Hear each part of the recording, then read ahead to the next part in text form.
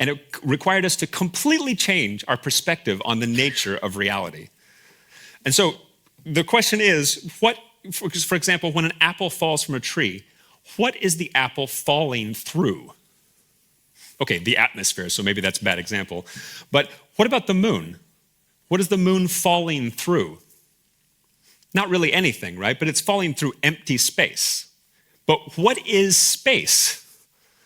Again, the concept of space for a very long time was this notion that it was sort of like, there's different ways that people thought about it, right? But the concept of space for a very long time, you could think of it as the sort of background grid upon which things happen, right? So the space is not real in the sense of, like a moon or the earth or, like a table or something like that. But if I want to, I can impose a grid upon it so that I can describe things in the physical world in a better way, in a more convenient way.